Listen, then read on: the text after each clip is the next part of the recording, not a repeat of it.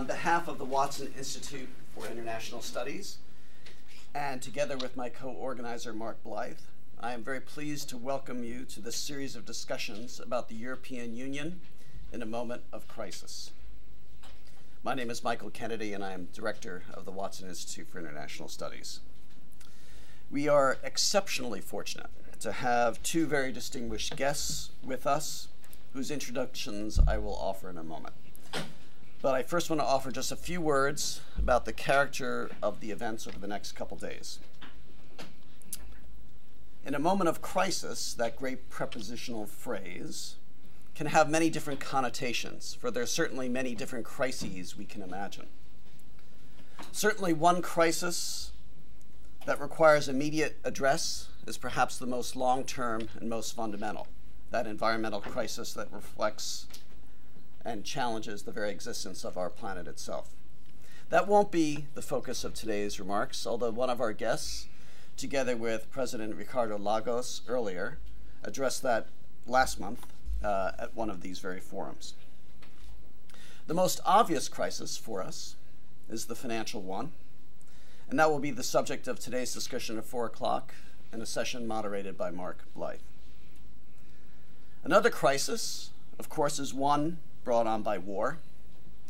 America's focus on war today is in Iraq, Pakistan, and Afghanistan. Indeed, as my friend and colleague, President Alexander Kwasniewski, recently remarked at the University of Michigan, NATO's failure in Afghanistan could suggest the failure of NATO and end to NATO itself. But what would then happen with the European Union? That may be one question we take up tomorrow at noon when we focus on the European Union and foreign policy. But this series of conversations is not only about crisis, it's also about the European Union. Some might say that that's a synonym, for the European Union seems to be ever in crisis, but somehow it continues to move forward. In fact, tomorrow evening at 7 o'clock, Mark Blyth will offer the provocation that perhaps Europe's future is past, but I think we will have some powerful arguments to the contrary from some of our distinguished guests right up here. And that challenge begins in this very session. We've entitled this one, From Ankara to Lisbon, with lots of tongue in cheek. Of course, it refers to the new treaty and the major challenge that that represents, or opportunity that it represents. And we also refer to enlargement, both in terms of challenge and opportunity. But I think in both of those contexts, we are reminded that the European Union seems to somehow be always in crisis, as Václav Klaus likes to remind us. But somehow, he always moves ahead.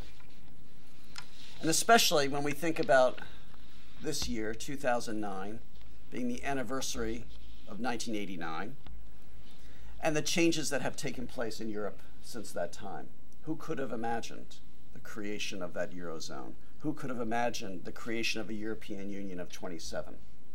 Indeed, even as we look at crisis, we could also think about world historical accomplishments. So, from 1989 to 2009, that's where we start today, on a note of relative optimism, perhaps, on European identity and European Union enlargement, as, provisionally, among the greatest institutional innovations of this last half-century for engaging some of the most challenging inequalities and global relations organizing the world. Speaking of organization, one more thing. In anticipation of this event, Mark and I wrote to distinguished colleagues from across Europe and North America to ask what, if they had the privilege you all have today, if they were here, what would they ask our distinguished guests? The answers we received were too many to be able to ask all of them, and there are too many people, in fact, to thank at this moment for all the questions they posed. But we will, on the website and the webcast that follows, thank them in written form. So, format, organization. Each of our guests will speak just for 10 minutes at the start. And then we'll turn immediately to some of those questions that we collected today on European identity and enlargement. And we'll follow some of those questions with opportunity for comments and questions from y'all later. So, now, the greatest pleasure to be able to introduce our distinguished guests. Romano Prodi, as everyone knows, is the former Prime Minister of Italy, but it's also good to keep in mind that he is a Brown Professor at Large based here at the Watson Institute. In addition to serving as Prime Minister, of course, he has served as President of the European Commission. And just this Monday, as Chair of the United Nations African Union Panel for Peacekeeping in Africa, he addressed the UN Security Council on African peacekeeping operations. Professor Prodi is also a distinguished scholar, having worked in industrial organization and industrial policy at the University of Bologna's Faculty of Political Science. He earned his economics and law degrees from the Catholic University of the Sacred Heart in Milan, and a PhD in economics from the London School of Economics and Political Science. Here at the Institute, he has been conducting study groups with undergraduates on such subjects as the Euro and African peacekeeping operations, lecturing on subjects ranging from healthcare to the future of Italy, and meeting with community leaders at the Providence Committee on Foreign Relations. Alfred Gusenbauer, here for the second time this fall, I'm delighted to say, is a former Chancellor of Austria and a visiting professor of international studies at the Watson Institute. During his career, Professor Gusenbauer has served as Austria's Social Democratic Party's leader and his government in many capacities, including not only being party leader, not only being leader of the Social Democratic group in the Austrian Parliament, but also Vice President of the Socialist International and Vice President of the International Union of Socialist Youth. He studied political science, philosophy, and law at the University of Vienna, where he earned his law degree and a PhD in political science. Here at the Institute, he has been lecturing in a number of areas, particularly in graduate workshops, conducting undergraduate study groups, and contributing to the Institute's research in areas such as global governance. I'm very pleased to have both of these distinguished gentlemen here with us, and President Prodi will kick us off. But before he kicks us off, why don't we welcome him? So, please.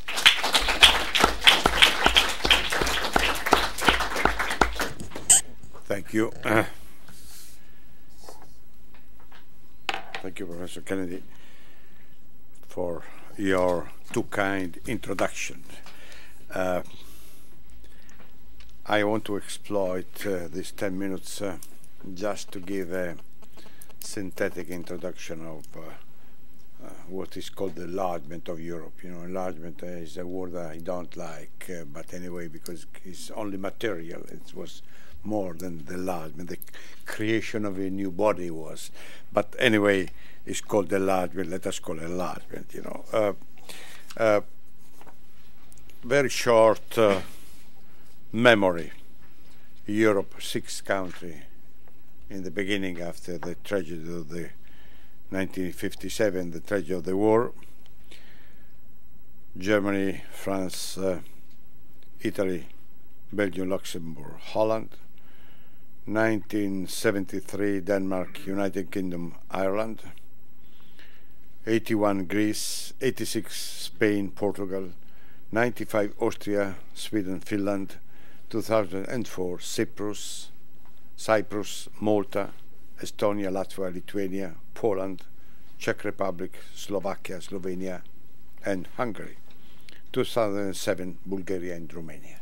Now, you know, see the quick 50 years, but to have this dimension from 6 countries to 27 is not such a long period of time. I want to address I want to address the attention to the last enlargement and to the future. The biggest enlargement was clearly including 10 new nations. 8 of these 10 were belonging to the Soviet Union. or to the Russian control, to the Soviet control. Two were Malta and Cyprus, very small countries.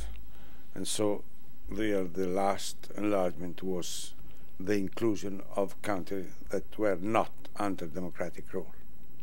This was a very new process, really difficult. And when I was president of the Commission, we had on our shoulders the burden to do it. Commissioner Verheugen was in charge of enlargement, and I was president of the Commission. The first idea was 5 countries in 10 years. We did 10 countries in 4 years and a half. Why? Because it was clearly, it emerged clearly that if we shouldn't have done immediately, quickly, the vacuum that was in Europe would have had terrible consequences, as you see for Ukraine now, for many situations, you know. So we urged it, but from the other side, the problem was to tranquilize the member countries that everything was done seriously, that the new countries were really following what is called in European jargon the acquis communautaire, let's say the adoption of the entire body of European legislations. And so it was, we invented this strange process, you know, dividing the acquis communautaire, the European body of law, in 35 different chapters, let's say movement of goods, movement of workers, movement of capital, public procurement, agriculture, energy, environment, justice, cultural affairs. You divide all the set of laws in 35, and we discussed and negotiated chapter per chapter, day and night, with the delegation of the potential new member states. They brought the reforms needed to the legislature, to their parliament, to their government, and then we went on with this incredible long negotiation, and in the end there was a decision to enlarge to 10 and then plus 2 Bulgaria and Romania new member states. And you know, clearly somebody could say that it was premature, you know, because many of these countries, they have never had experience of the long democratic period. So my objection is that, I repeat what I told before, if there is an empty space, you have to fill it. Otherwise, there will be a tragedy. And the success was good in terms of growth.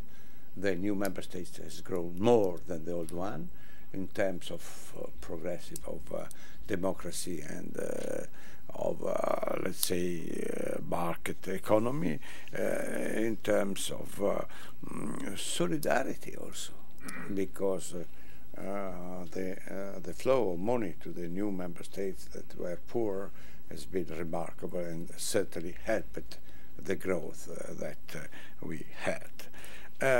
Of course, with that, Europe has become the biggest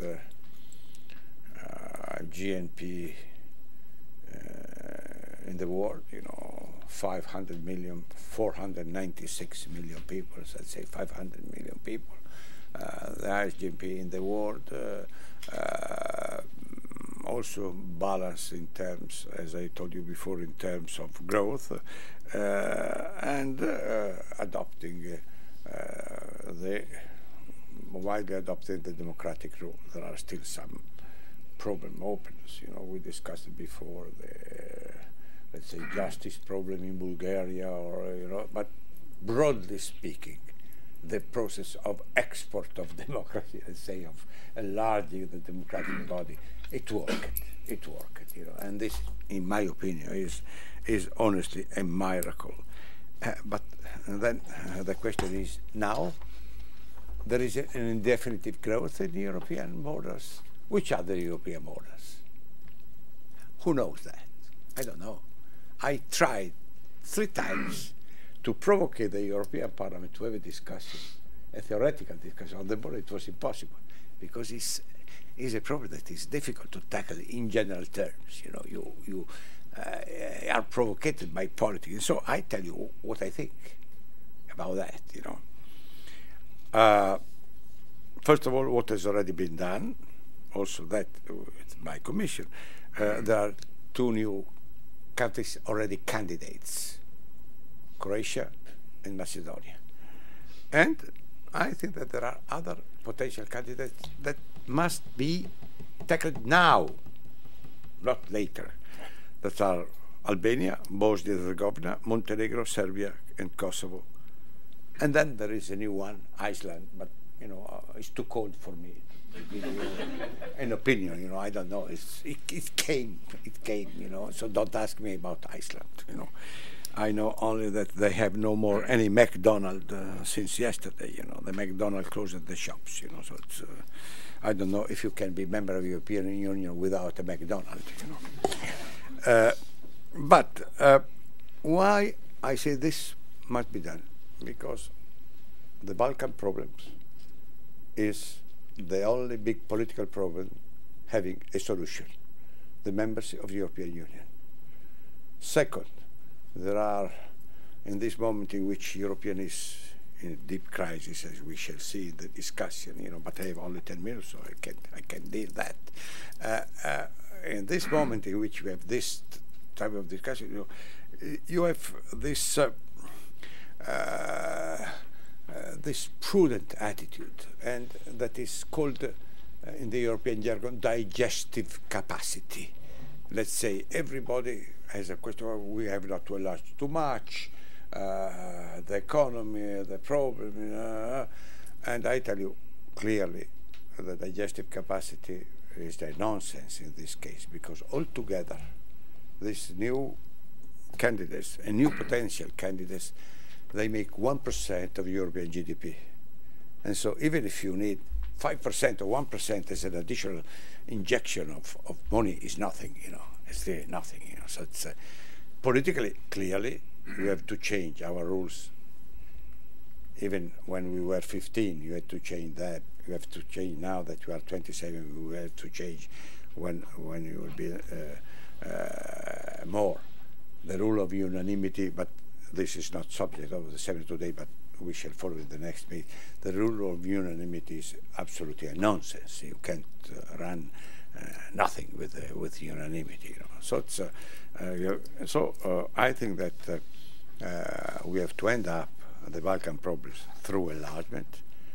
You can't have in Bosnia after one generation the sons of the soldiers that we bring to school, the sons of the pupils that now are going to school, you know, because you have no other political solution to pacify this area, and politically is not, and economically is not a problem.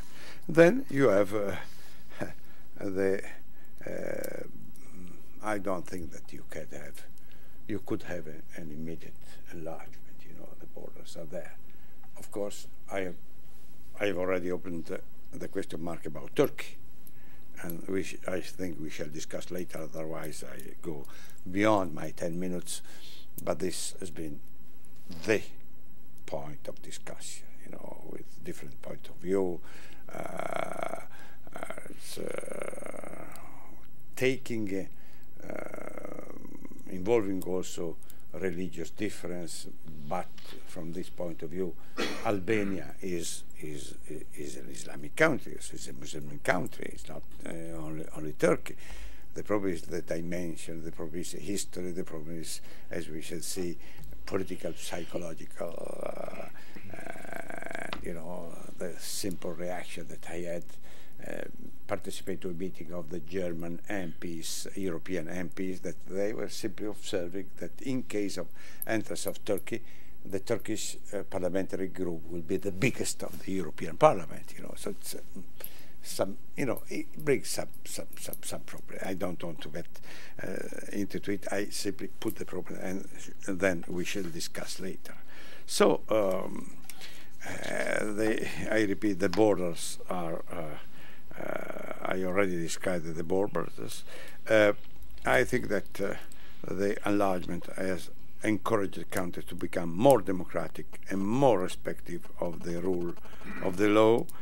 And I think that also from the point of view of the growth, even there were big tensions because of decentralization of companies from old countries to new countries and that, and there are still big tensions because of immigration, the free flow of people.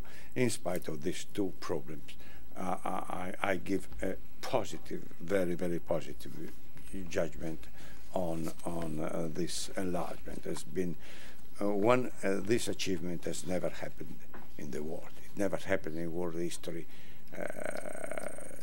that you extend some sort and you transfer some sort of sovereignty in such a shared view, you know, with this type of negotiation that we had in this case. And this and the adoption of the euro are really new events in European history. So we are in deep crisis, but probably because we have made good things in the recent past. Thank you.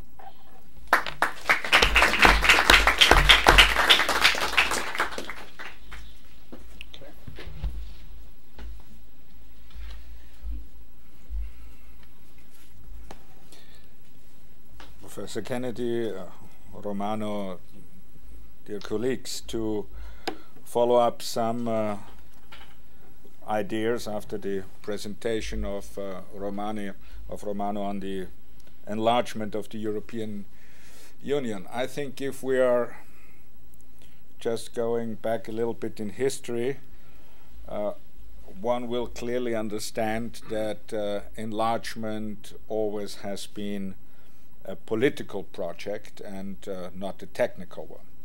Even if the European Commission, a very sophisticated bureaucracy, of course, tries to channel a political process into a technical one when adopting all the necessary requirements for the accession of one or the other member country to the European Union, to have at least a certain guideline for the adoption. Nevertheless, it remains a political process, and it has been a political process from the very beginning, because the founding of the European Union, then called the European Economic Community, was mainly motivated by the experiences of the Second World War and by, I think, the most fundamental lesson that had been learned then, that to continue wars on the European continent after the two experiences of the First and then of the Second World War most probably would lead to the extermination of the continent, and therefore a different concept was adopted with the European Economic Community that led in its history up to the European Union. At the beginning, of course, there were two concepts in Western Europe. The one was the European Economic Community, and the other one was the EFTA, the European Free Trade Agreement. We have two categories of enlargement throughout the past decade. The one was that gradually member countries of EFTA became members of the European Economic Community, which was the case in the first enlargement with the United Kingdom, Denmark and Ireland, and which was the case with the enlargement concerning Austria, Finland and Sweden. And then we have a second category of enlargement, mainly a politically motivated one, which was that with the accession of Spain, Portugal and Greece, the intention was to stabilize young democracies in Europe after dictatorship has been abolished there. Because we never should forget that till the midst of the 70s, We had the Franco dictatorship, for instance, in Spain, and we had the military authoritarian rule in Greece, and we had an authoritarian state in Portugal. So the reason behind this enlargement was to stabilize young democracies via their integration of what we call now the European Union. And the last enlargement so far, the one that was explained by Romano in 2004 and 2007, had the idea behind to overcome the split that has been created in Europe as a consequence of the Cold War, and to make the countries of democratic transition part of the only prevailing European project, which at that time has been the European Union. And if we embark from this description, one of course can state that the enlargement has been so far extremely successful, because we were able to stabilize the democracies in Greece and in Portugal and in Spain, and with all the difficulties that are still in place, it seems that the split that was created by the Cold War could have been overcome by the latest enlargement. Nevertheless, there are some inherent problems, because it's a difference if you have become member of the European Union, for instance, in the 70s or in the 80s, or if you have become member of the European Union, for instance, in the year 2004, because the level of integration that in parallel was already achieved by those who have been members already is of course uncomparable. I mean, the new member states became member at the time when we had already introduced the euro, when we already had established the Schengen area. So this cannot be compared with the level of integration, for instance, of 1981.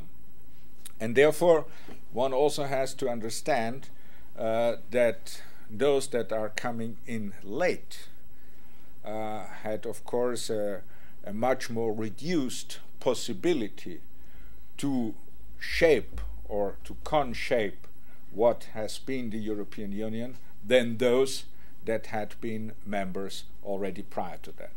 Therefore, if you look to the European Union nowadays, this is more or less a model of development that was mainly designed by those that have been members of the European Union for already a long time. And you will not find elements of historical experience by those that have come in later. A second element one has to add is, even if it is not a fundamental one, but we have to understand that especially in the case of the former members of the Warsaw Treaty and of the Comecon, their experience time of national sovereignty, at least time-wise, was a very limited one. No? When you take the period from 1989 to 2004, it was just 15 years of the experience of national sovereignty. And only after being freed from, let's say, the Soviet rule, they are entering again a concept of shared sovereignty. Of course, not an imposed sharing, but democratically chosen shared sovereignty. But nevertheless, within this short period of time, only 15 years, they transformed their nations and their countries from national sovereignty into a system of shared sovereignty on the European level. And once in a while, deficiencies that are resulting from that type of experiences appear in the practical policies of the European European process. Of course, in order to facilitate the enlargement and to make it happen as a political process, we changed the rules. Because for the EFTA countries to become members of the European Union, it was very clear you had to fulfill the acquis communautaire by the latest at the moment when you became member. With the new member states, the idea was not that you fulfill the acquis communautaire at the moment of your entry, but that you have a certain perspective that when you are already a member, that you are going to fulfill the regulations of the acquis communautaire. In most of the cases, this functioned quite well. There are, of course, some deficiencies, so one could argue about the real existence of, let's say, the Bulgarian judiciary system, for instance. So one could also argue about some other incidents, but in general, this change of criteria in order to fulfill the political target and the political goal behind it was working quite well. When talking about the future, I think it's obvious that the next historic task in front of the European Union, what concerns enlargement, is bringing peace and stability to the Western Balkans, which of course indicates that in a gradual process all the countries on the Western Balkans should become member of the European Union. And here I think it's becoming quite evident that the historic dimension of the project of the European integration becomes very clear. So if we manage to stabilize the Western Balkans, at the end of the day one could say the project of the European Union was able to heal the wounds of the Second World War, then was able to heal the wounds of the Cold War, and most probably also to heal the wounds that were produced by the war in former Yugoslavia. And in this historic context, what concerns peace and stability, one could describe the process of enlargement as one of the historically most successful processes that happened all around the world. There are of course two parallel lines, because within the European Union there always was the debate: are we more in favor of the integration of the European Union, or are we more in favor of the enlargement of the European Union? And the general suspicion underlying that conflict was that increased or enhanced enlargement would go at the expense of increased integration. If we are going to discuss that, we will recognize that this is not entirely true. This is why the European Union took the decision that integration and enlargement should be two processes that are going in parallel, enhancing each other. And of course, if we are not making the behavior of President Klaus too prominent one could say that the main obstacle for further integration for a long time has been the United Kingdom, that is a member of the European Union already for a long time.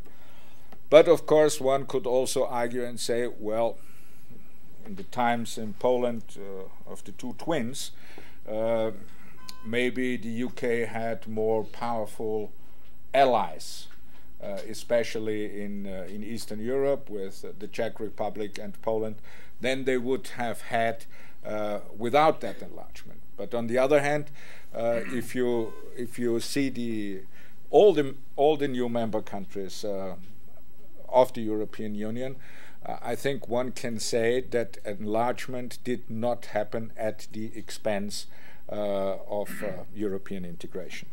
Of course, at a later stage of our debate, we will have to discuss the point how the integration of the European Union works and what happened between, let's say, the decision after the Nice Treaty to get a European constitution and the situation that we are in right now, that we, at least up to now, were not able to implement the Lisbon Treaty, which is far away from a European constitution, even if this treaty is offering additional possibilities for integration that are going beyond the Nice Treaty. So this is an issue that I do not want to discuss under the umbrella of enlargement, but is an issue where we have to come back later on in our debate. And as Romano mentioned, the issue of the Turkish accession. Of course, Europe is not a geographical entity. Europe has to be understood as a political project, as I tried to outline right now. And of course, if one understands Europe as a political project, then one cannot fundamentally exclude also a Turkish membership at a certain time. Of course, it's more difficult to discuss about the Turkish membership than about the Croatian or the Slovenian or others, because some of the other issues might be touched, as underlined by Romano. No? I mean, the Malthusian argument that Turkey might be the most populous member country of the European Union by the year 2045, or maybe already before, of course, is adding additional importance to that issue. So it's obvious that the Turkish issue is not discussed on the same level than the Croatian one. But on the other hand, one has to say that it will be difficult to stop that negotiation process as it has already started. Romano and me belong to those who from the very beginning thought that becoming full member of the European Union should not be the only possibility of having a good relationship between a country and the European Union. So our intention was to have a formula that could be offered to countries neighboring the European Union that allow an enhanced cooperation in many different fields, and that allow a good relationship without entering the trap that there are only two possibilities. You are either member of the European Union or you are not member of the European Union. With the process of negotiation concerning the accession of Turkey, I think it would be quite difficult to wind back. But if we have a clear view of what are the priorities, I think the next decade will be mainly characterized by the accession of the countries of the Western Balkan, which, in my understanding, should be completed by the end of 2020. And then we are arriving at the question of Turkey again, where then the main decision has to be, will there be a European Union with Turkey as a member, and by that opening up also the membership question for other countries, or are we able at that stage to come to a formula where there is a different category of cooperation for countries neighboring the European Union without becoming members? Thank you.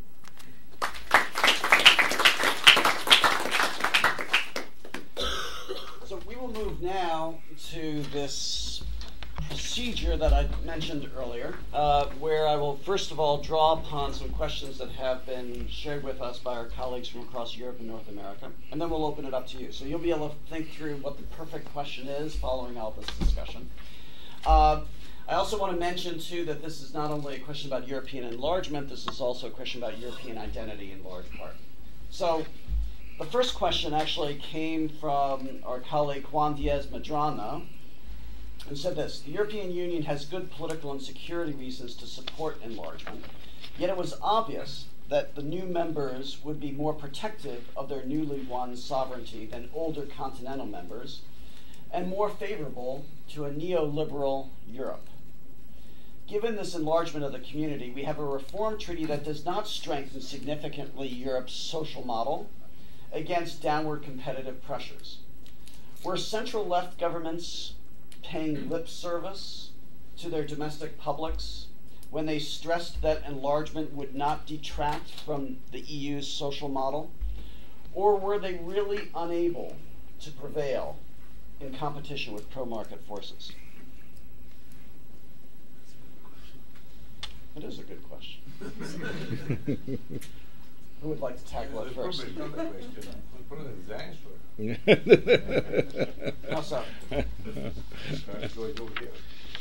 Yeah. Yeah. Well,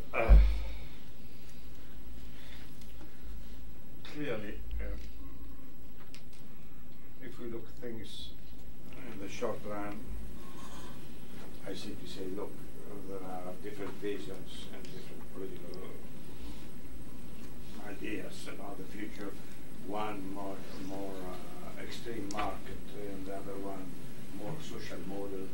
And these are, let's say, going on, and they are going on in any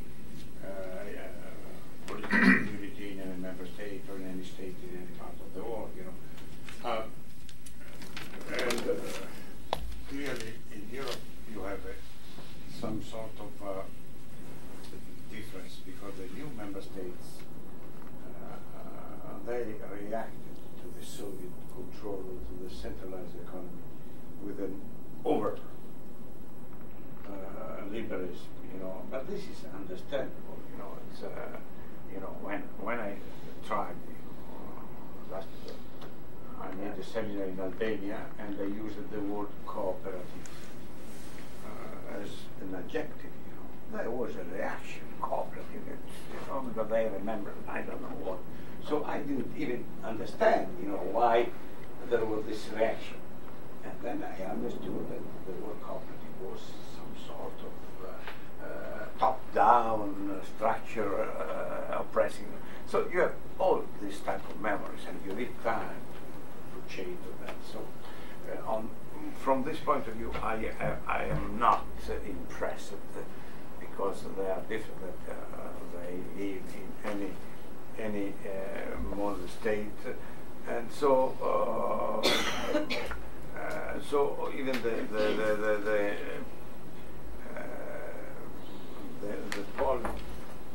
policy of the center-left parties, they are not much more different than the policy that they are traditional in any of the member states. You know, you have this difference. We live with this difference.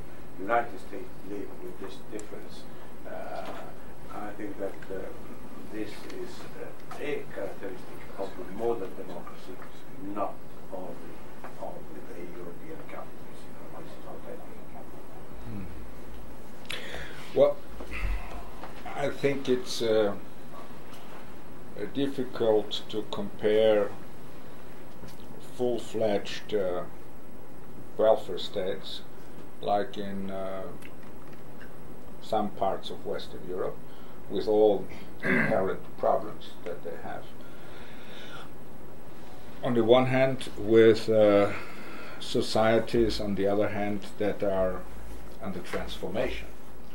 And one has to say that what we have now as a welfare state, for instance in Germany or in Austria, this was not there from the very beginning after 1945. So when the growth rates in the post-war period in Western Europe were on an average 5% or more. And Europe was not confronted with some of the social problems that are not only but also produced by a lower growth rate, the extent of the welfare state was a much smaller one than it is right now. And if you look, for instance, I mean, the Austrian example, the welfare state in Austria was mainly expanded throughout the 70s. So, I mean, 25 years after the end of the Second World War. And the social insurance system in Austria has been developed in 1956, so 11 years after the end of the Second World War. So I think it's not fair to directly compare emerging market economies with, let's say, full-fledged welfare states. The second thing is, there is of course an inherent problem within the European Union that doesn't have much to do with the new member states, which is that the tax regimes are still quite autonomous. I mean, apart from the value-added tax, where we have tax brackets that are agreed. No? You can have two sets of value-added tax, the lower one between 5 and 15%, and the higher one between 15 and 25%. But there is no coordination on the question of income tax or corporate income tax and questions like that. And as there is no such coordination or even, let's say, a European ruling on tax policies, of course, why shouldn't the new member states have an advantage from that situation with, let's say, lower tax rates, increasing the attractivity for foreign direct investment? By the way, most of them do not have lower taxations than, for instance, Ireland, which is a member state of the European Union already for a longer time. But of course, one could argue and say that neoliberals tried to benefit from this situation by arguing that we have to withstand the competition with the new member states, and therefore we have to reduce taxes also in Western Europe, and by that decrease, let's say, the size of the welfare state. I mean, in Austria, of course, it was a clear reaction by the Austrian government then when Slovakia decided to introduce the 19% regime, which means 90% value-added tax, 90% corporate income tax, 90% income tax. So, I mean, the reaction of the Austrian government was to reduce the corporate income tax from 34. Yes, yeah, to reduce it from 34 to 25%. So, of course, this argument was used, but one could not say that this was an objective necessity, no? Because, I mean, the one thing is what is your taxation level, and the other thing, what is the real income. And for instance, in Austria, the real corporate income tax at the time when we had 34% was, I think, around 15%. No? So the real corporate income tax already then was lower than in some of the new member states of the European Union. But it's clear that arguments like that are made, and therefore I would not say that the enlargement by definition was supporting a trend towards a more neoliberal model, but it was used in order to strengthen that point. The question of competitiveness, by the way, and Austria maybe is one of the most exposed countries. I mean, Austria did not suffer from enlargement. Did not suffer from enlargement. Quite the contrary. Part of the economic success story of Austria throughout the last years has been the enlargement of the European Union. Because it's true that some of the lower wage industries were moving to Central and Eastern Europe, but not so many. And some of them were not moving to Central and Eastern Europe, but to the Far East. But on the contrary, the job increase we realized by having a much more central position in Europe, by offering all the advanced type of services, having, let's say, more and more headquarters for Central and Eastern Europe located in Austria. At the end of the day, both we had a higher growth rate than the average of the Eurozone. Second, also in terms of employment, we had a stronger employment increase than most of our neighbors in Western Europe. And third, our unemployment rate, which traditionally had been comparatively low, was even lowered throughout that period.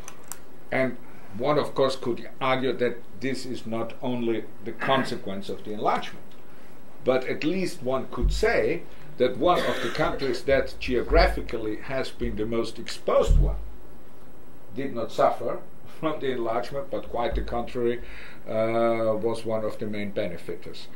And concerning immigration, guess which one is the largest immigrant group to Austria at the moment? It's not the Romanians, it's not the Bulgarians, it's not the Czechs, it's not the Turkish, it's not the Slovakians, it's the Germans. It's the Germans.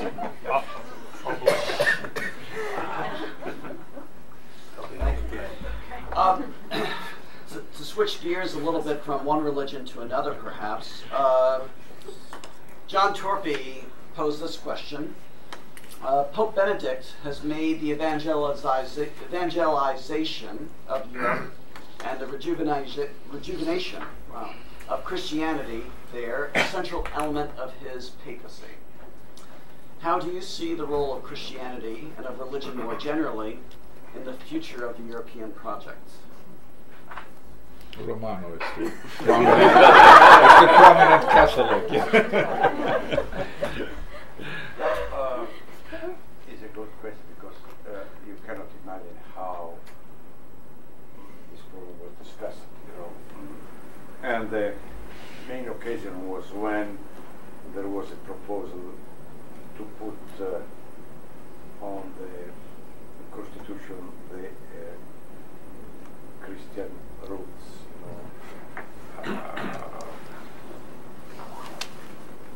Christianity, Judaism. There was a long discussion on this problem, and it was quite interesting because the discussion was not based on the future of Europe, but was based on the past. And you had, a real taking position of the different leaders, starting from their constitution. I remember the long discussion I had with Chirac and Verhofstadt, the two candidates in the tradition, the laicity, even formal, and so it's I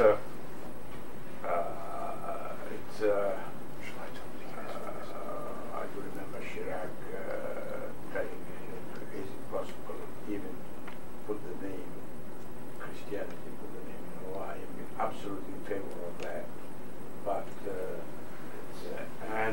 excuse me, Mr. Prime Minister, sorry. Could you keep your voice up just a little bit? We're having a little trouble hearing you. Yes.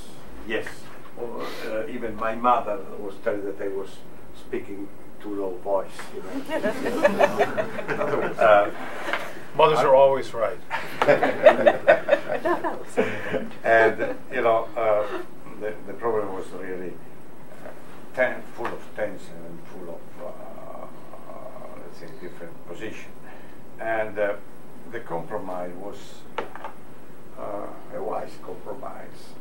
The Article 52 of the, let's say, of the Constitution, project of Constitution or project of treaty, in which there is no theoretical decision, you know, but there was a recognition of the role of the church in shaping the European society, you know. So it was a practical solution, skipping the theoretical problem, because it was absolutely impossible to solve.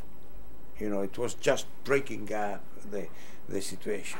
So the solution, the most part of the church leaders, they are happy because they recognize that was practically impossible to have a different solution, to have a theoretical prologue on the Christianity or mentioning any religion, but they was not only the guarantee of the freedom of religion, but also the recognition of a possibility of dialogue, of having an active role of the church in the formation of the future Europe. This has been the compromise. I think that has been a very wise compromise, and so I do hope that the problem of laicity and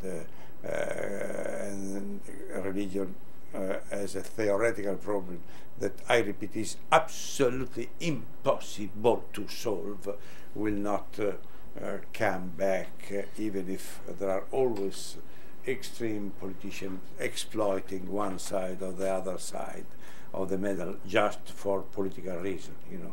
But the compromise found, I think, is absolutely viable, working, and I do hope that the problem will not come out, because, I repeat, in my opinion, it's absolutely impossible to solve. You know, I do remember, you know, because politics is also that we just try to study a compromise, you know, and when I called when, you know, I approached Chirac, telling, look, Jacques, nous avons cherché de faire, oh, everybody, tiens dans ta poche, keep in your pocket, because I don't want even to read it, you know, I can't. So this is the reality.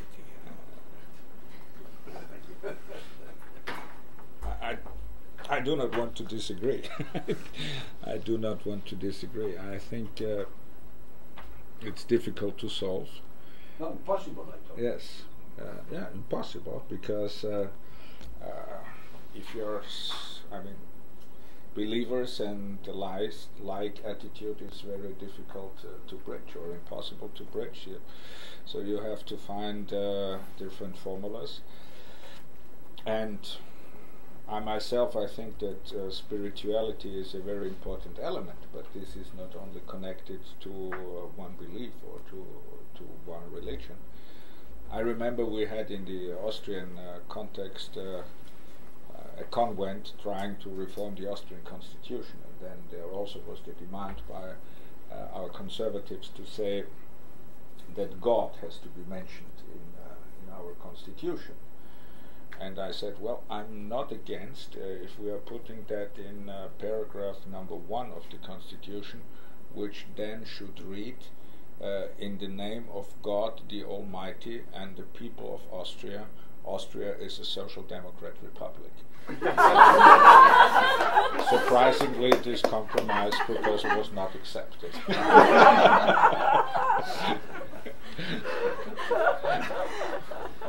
Well, moving to an issue that allows for easy compromise. Oh, God was called Alfred. Yeah.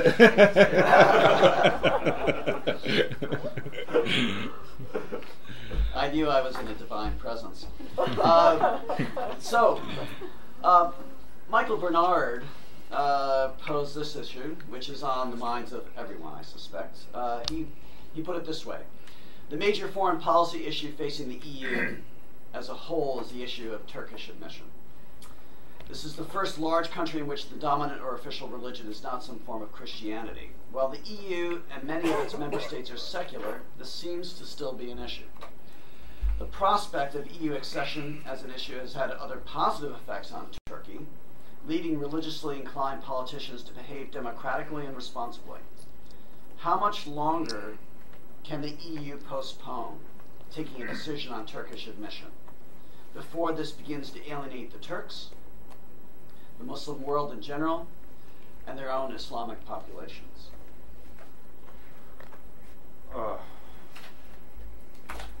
This is one of the most difficult issues. You know, I will be a little longer than I was on other issues. There was an engagement going back to 1960 to start some sort of to give one day the membership of the Union to Turkey. This was done in times in which Turkey was absolutely indispensable for the Western security. There was an agreement with US, and in this chapter the US government has always pushed strongly on that. I do remember my conversation with Bill Clinton, you know, who was telling, you know, why don't you do immediately as we did with Mexico? So I thought, Bill, tell me the name of the Mexican senator that is in Capitol, you know, because you know, it's completely different to have a trade agreement and to have the membership and you know, being in the same parliament, you know. And so this process has gone on and on, has been put underground for a long time. Then in 1999, in Helsinki, it was, you know, without, I was present, and you know, I asked to my colleague what's happening, you know, because Chirac stood up and said, look, we have to start negotiation with Turkey. Clear was a long due, I repeat, obligation, but it was done in, and I remember, I repeat, I did run to talk with my Belgian colleague. Did I understand well or not? You know, it was not. Then, you know, only the Austrian Chancellor, your predecessor, was speaking against, remembering the siege of Vienna.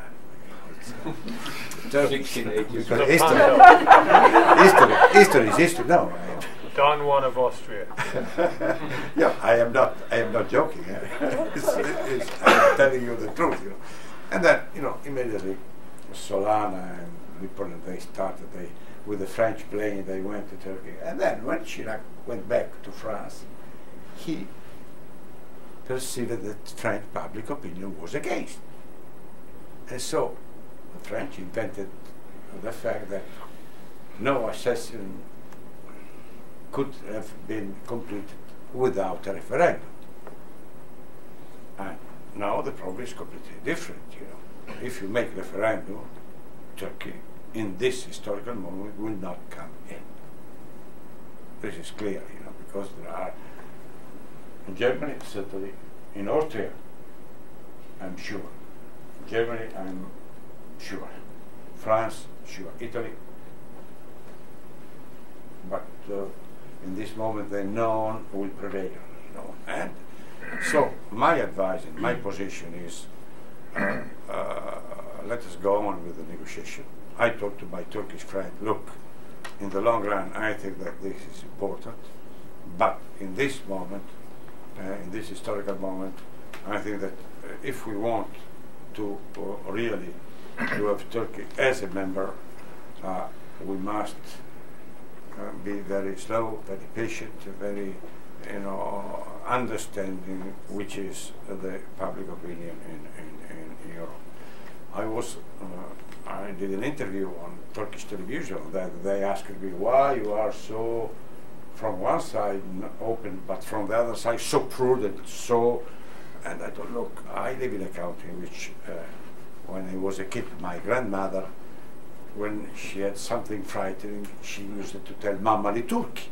And so, you know, this is an heritage of history, you know, of this long idea of difference, of fear of that. And this is important. And from one side, from the political point of view, Turkey is so big that a lot of European member states, without telling it, but they are really afraid of losing the regional aids, all the advantage they have now, and so watering down all the advantage that they got entering into the European Union. If you put inside the Balkan countries, they are together 1% of European GDP, as I told you. But Turkey is an enormous country, you know, and so there is this popular tension and the political situation that makes this passage very, very, very difficult. You know. So this is what I think. You know, before the discussion about Turkey, I proposed for the countries around Europe, from Belarusia to Ukraine, Moldova, Egypt, Israel, Jordan, Libya, and so on, the so-called Ring of Friends. Let's say the possibility of sharing with the European Union everything but institutions. So each country in the next 50 years can have the right to negotiate with Europe free market, the cultural policy, the let's say health control, you know, all the chapters of policy, but not being member of the European Parliament and not being member of the European Commission. But this is not enough now for Turkey. You know, I think that this would be a fantastic idea that Europe is open to the external. Membership must be limited because, you know, it's European Union, but open to the external area. Because, you know, when there are also problems that Maastricht speak that any country that has democratic institution, blah blah blah blah blah blah, any European country can apply to be member of the European Union. So when I repeat, in favor of you know, opening the negotiation with Turkey with the condition I told you, the German Chancellor looked at me and told Romano, when you were at the primary school, you didn't study that Anatolia is in Asia and not in Europe. This was the question that he abruptly posed to me, you know. So this is today the problem of Turkey. I repeat, is so complex that I don't see a quick fix of it in the next foreseeable future. But I think that we have to go on, because in the long run, Turkey is making such a fantastic progress, has been helped also by this proposal and this negotiation. And so things are moving, and politically we must keep open the problem, open the question, because will be the positive solution will be favorable for all of us. Thank you. I would share the conclusion that today is not the right time to draw the final conclusion. On the other hand, I have to say, in my understanding, Turkey nowadays, and also for the decades to come, will be one of the most vibrant countries and one of the most vibrant economies in Europe. And why do I say in Europe? Because in my understanding, Turkey belongs to Europe, because when you're a member of the Council of Europe, which is an organization where only Europeans can become member, even if this organization does not have the same level of integration as the European Union, then of course it's clear that, to put it bluntly, both Turkey and, for instance, Russia, in my understanding, are European countries. We are not discussing Russia now, But I think Turkey is a European country. It's very vibrant. It's an enormous development with a strategic position that I think is of enormous importance. What I do not share is that there are some connotations connected with the question of the Turkish entry that for me are not really evident. So to say we are provoking the Islamic world if Turkey is not becoming a member of the European Union, I do not see that. I mean, Turkey is a very unique state. It's based on a like constitution, quite to the contrary to most of the, let's say, Arab countries that are Islamic countries, for instance.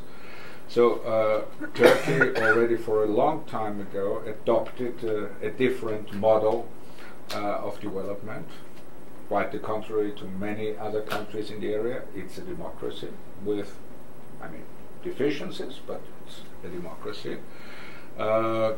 And therefore I don't think that Turkey has to be seen as a symbol for the relationship between Europe and the Islamic world. I think that this is a wrong assessment. So I take Turkey as it is. And still I think there is some way to go.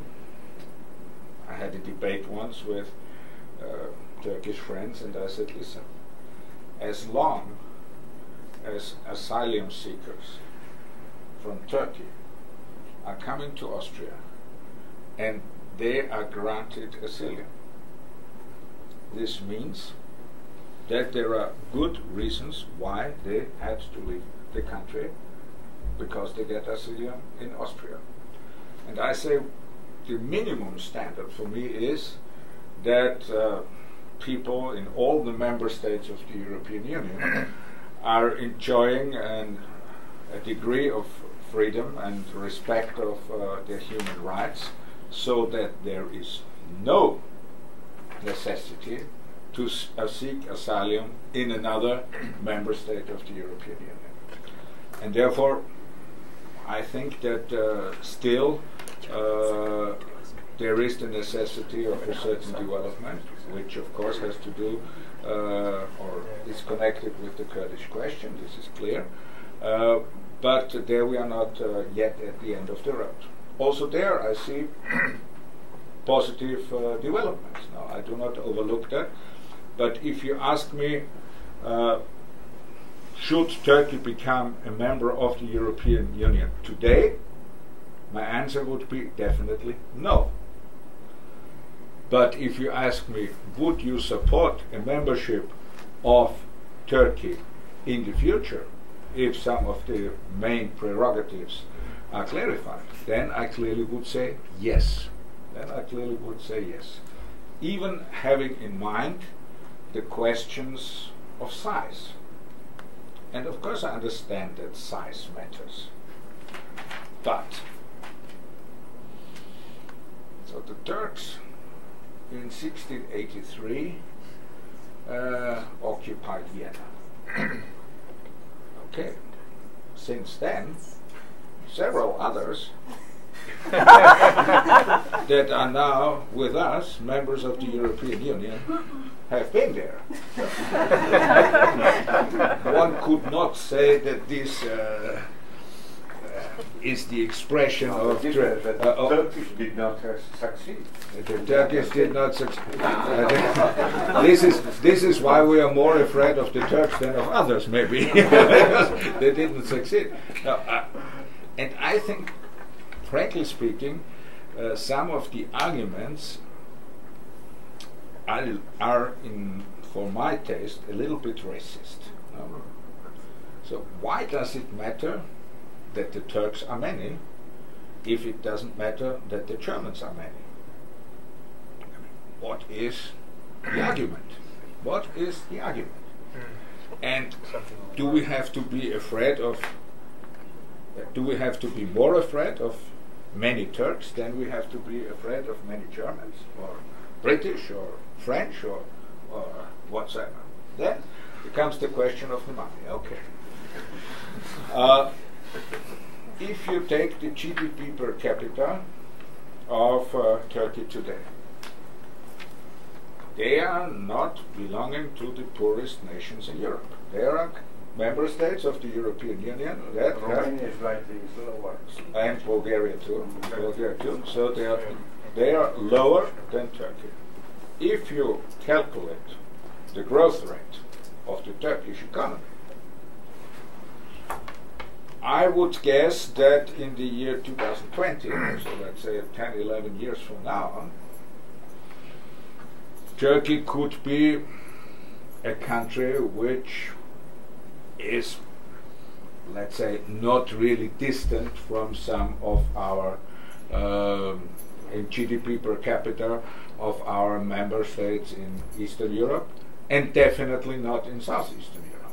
Because if you compare the GDP per capita with what we have and what we will have in Serbia, Macedonia, Montenegro, etc., so I think the difference will be lowered. And I think when we continue to think that the concept of the European Union is not only shared sovereignty, but this is also an expression of solidarity. That we are assisting new member states that do not have the same level of wealth than we have at the moment. Then one has to say that in all the examples that we have at the table right now, the means that we transferred, for instance, to Spain and to, well, I do not want to discuss Greece at the moment, but let's say to Spain and to some of our Eastern European neighbors, this we didn't do out of charity. We didn't do it out of charity. We always understood it as an investment. And it was. And therefore the argument, it would be too expensive to take Turkey as a member of the European Union as an economic argument is not valid. And therefore, of course, I think one cannot, let's say, do all the things at the same time.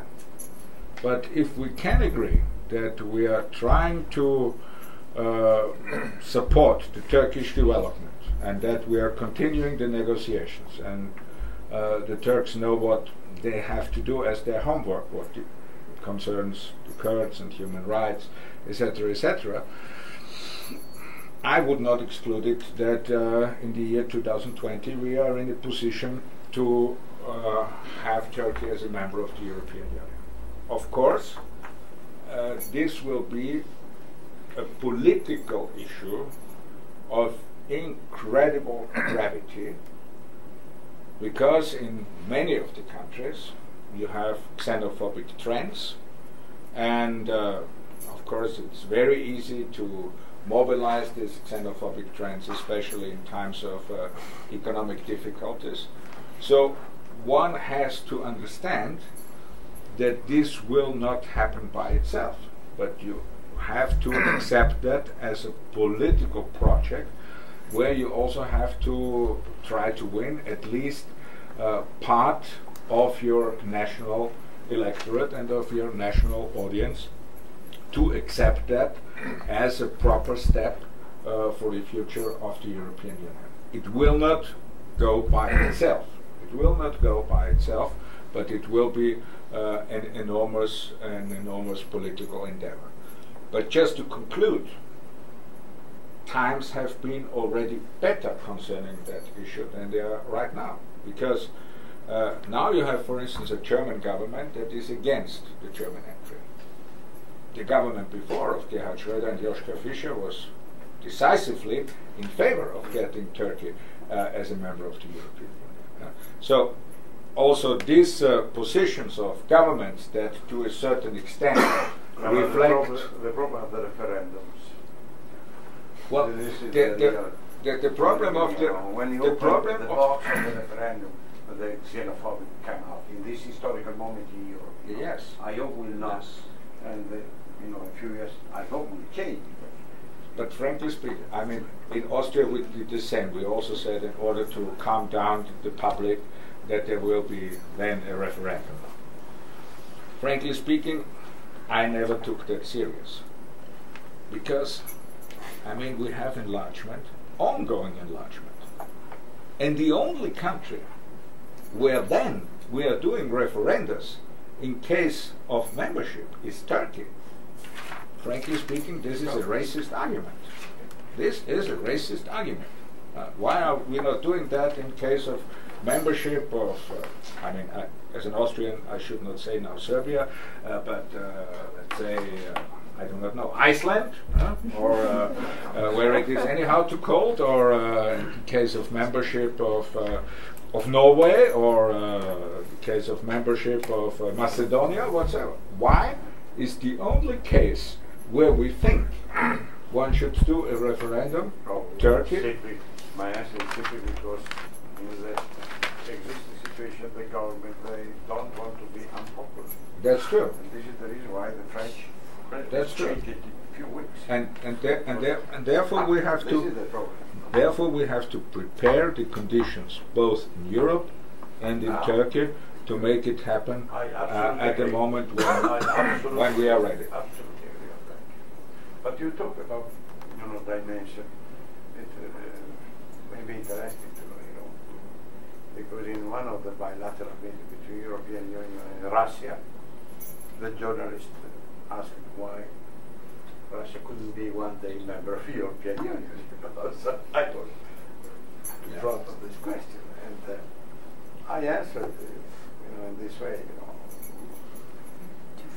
First of all, we have to decide, because Russia is looking east and west. It's completely strategy. Second, Russia is so big that politically, they have immediately two capitals. When you have such a dimension, so dimension is a problem when you have to solve political problem. Okay, you have. So yeah, we should open it up because we didn't get all the questions, but The lady. Hi, I'm wondering if there isn't a case there for changing the way history is taught at schools in Europe. It's because some of the most significant roots of a European culture, not only in terms of, of early Christianity, but also philosophy, are rooted exactly in Anatolia. Isn't there a case for changing the way history is taught? It's like, because Madam, we that tried. memory seems to be lost. I participated to the big experiment to write a common European primary history. school history handbook. I don't have the results, because when we have to explain even the recent history, the war between, France and Germany, is, but not going back, it's even worse. But history explains it in an absolutely opposite way. Country by country. This is when I talk about Europe, and I remember what I told about religion. If you look at the past, Europe cannot exist. The best way to have war in Europe is the endeavor to write a joint European history. No, there is an experiment in it. It's Yes. quite interesting to analyze it. And how can you explain, the French-Prussian War, how can you explain the First World War and the Second World War? And the behavior of the Italians against the Austrians in the First World War. so we'll avoid that question for now. I know Tom Gleason had a question, and I'll try to get to as many people as possible. Go ahead, Tom. I'm glad Prime Minister Prodi brought up the question of Russia. It is to me the elephant in the room, to use the regnant cliche. It seems to me that there's no question of admission or anything of that sort. I think the larger and older question, more important question, is can the European Union be understood as fundamentally an anti-Russian organization still? In other words, it grows out of the Cold War. It grows out of very old things. Everyone has been very polite. Russia has only been mentioned once, but it does seem to me that we had an opportunity in the 1990s to welcome Russia a little more cordially into what has become the European Union. Neither the United States nor the countries of Europe, and certainly not the countries of Eastern Europe, had any interest in doing so. But it seems to me there's a certain unwisdom in allowing history to perpetuate itself for a long, long time, and to say, well, Russia is not ready for anything like what Turkey is ready for. It seems to me you could argue that Russia will only become a little bit more ready when it gets a little bit more help. And the implicit hostility to Russia, which it seems to me reigns in the United States and in the European Union, is historically not threatening, but over the long haul, I think maybe dangerous is a possible word you could describe. Is there some way that the European Union could reach out to Russia? I think Russia looks more west than east in the terms that Mr. Prodi used. And in fact, I don't know what it means to look from Russia east. I'm not sure that the expression actually has, in some final way, content. Does that mean looking to China? I think maybe not. I tell you, there is one fundamental difference between Turkey and Russia. Oh, at least. At least. Russia does not want to become member of the European Union, and I think one has to respect that. And I do not have any type of anti-Russian feelings, but I think that the Russians have another concept, which means that they want to establish Russia as one of the, let's say, main nations on the Eurasian platform, where they are, of course, in a cooperation or maybe strategic alliance with Europe, but of course with all the ties they have with China and the problems they have on the southern periphery of Russia. But I think the Russians, and at least all those I know, they do not want to become member of a European project, but want to be a player of their own, with their specificities, with their interests, and with their traditions. And they want to have, if this is possible, a strategic alliance with Europe, which I fully subscribe to. But I think it's no use to say Turkey and Russia, we could deal on the same level. No, I don't mean that at all. But I think Russia has been humiliated by the West, and essentially to say Russia doesn't want to come in is to ignore the history of the last 25 or 30 years. A great many Russians would have wished to come in. The government, of course, now today does not want to, and certainly could not, even if it did wish to come in, to say so. So it's not a matter of that, but it's a matter of essentially being careful in every way that one can that the European Union does not continue a kind of subterranean Cold War existence, if that's possible. And in addition, I want to say Russia was not humiliated by the West. Russia was humiliated by the United States of America. Also, look, largely, in the G8, when Gorbachev, he did the great change, and in the day, nobody said anything. Neither the United States nor Europe. He went begging in 91. That's right. And he was humiliated. That's right. And this is unbelievable. He needed money, short-term money, because Russia was in disarray, and we denied. Not only That's very good. the G8, nobody had it. Even Japan, even Europe. This is the problem of the G8. Yeah. So we have time for only one more question, unfortunately. But fortunately, we are meeting again at 4 o'clock today, at noon tomorrow, and at 7 o'clock tomorrow evening. So there will be time for more discussion. And right here, ma'am. I was just going to say, in terms of your question of the vacuum, it seems that with the analogy of Russia, there's no question that for 50 years, Turkey's been kind of in this promised relationship with the EU, and there's no question that over time, that vacuum is being filled by other world players. So if there's any question about this vacuum, it seems that Turkey is the perfect candidate in terms of just solving other political problems. Is that not a fair... I mean, certainly the longer that Turkey waits, in the same way that Russia has said we're not interested, it's possible to think by to 2020, they will also say, you know, we will move on. I mean, their sort of love relationship cannot go on indefinitely. That's a very good point. Of course, it's their choice. It's their choice, but I think that at the moment it's premature. It's neither Turkey is ready to become member of the European Union now, nor is the European Union ready to take Turkey now.